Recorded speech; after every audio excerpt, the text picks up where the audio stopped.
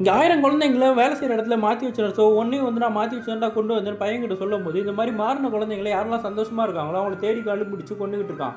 இவனுக்கு பதிலாக மாறி இருந்த ஒரு பொண்ணு ட்ரக் யூஸ் பண்ணுறான்னு தெரிஞ்ச உடனே இவனு ஸ்பெஷலாக ஒன்று ரெடி பண்ணி அந்த பொண்ணை அடிக்ட் ஆக்கியிருப்பான். அந்த பொண்ணு பிறந்த நாள் அன்றைக்கி அவளுக்கு அது ஓவர் டோஸாக கொடுத்து அவளை கொலையும் பண்ணியிருப்பான். அந்த பையன் தங்கி இந்த ரூமில் அந்த ட்ரக் ரெடி பண்ணுறதுக்கான எக்யூப்மெண்ட் எல்லாமே வச்சிருப்பான். இதை ப்ரூஃபாக காமிச்சு இவன் தான் அந்த கொலையை பண்ணியிருக்கானு வந்து இன்ஸ்பெக்டர் சொல்லிக்கிட்டு இருக்காரு.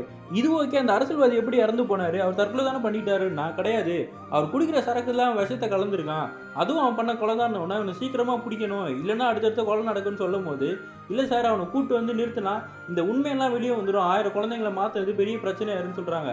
அவனை கூட்டு வரதான் சொன்னோம், கோர்ட்டுக்கெல்லாம் கூட்டு போகிறதில்ல, அவனை என்கவுண்டர் பண்ணிடுன்னு எல்லா ஆஃபீஸரும் சொல்லிக்கிட்டு இருக்காங்க இன்ஸ்பெக்டர் கிட்ட. இப்போ மாற்றின 1000 குழந்தைங்கள 4 பேர் தான் அவன் கொண்டிருக்கான், அடுத்ததாக யாரை கொல்ல போகிறான்னு சொல்லி இன்ஸ்பெக்டர் யோசிச்சுட்டு இருக்கும்போது அவங்க ஆஃபீஸ்க்கு ஒரு லெட்டர் வருது. அதில் 2 பேரோட பேர் இருக்குது, அட்ரஸ் எல்லாம் போட்டிருக்கு. அவங்க பிறந்த டேட்டோ பிறந்த ஹாஸ்பிட்டலில் ஒன்றுன்னொன்னே அடுத்ததான் இவங்க தான் டார்கெட் பண்ண போகிறாங்கன்னு சொல்லி ஒருத்தர் வீட்டுக்கு கிளம்பி போனால் அங்கே அந்த பையன் ரொம்ப கஷ்டப்பட்டுட்டு இருந்தான். ஒரு வருஷத்துக்கு முன்னாடி வீடு இடிஞ்சு அந்த பையன் செத்து போயிட்டான்னு தெரிய வருது. அப்போ இன்னொருத்தனை தான் அவன் கொலை பண்ண போகிறான்னு சொல்லிட்டு அவனை தேடி போனால் அவன் அங்கே இல்லவே இல்லை.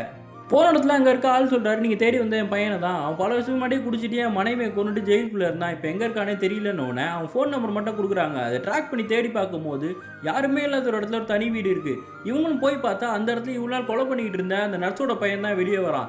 அவன் சொல்கிறான், நான் இந்த லெட்டர் எல்லாத்தையுமே வந்து என்ன மாதிரியே பாதிக்கப்பட்ட இன்னொருத்தருக்கு அனுப்பிச்சிட்டேன், இப்போ நீங்கள் என்னை கொலை பண்ணாலே எனக்கு பிரச்சனையே இல்லைன்ட்டு.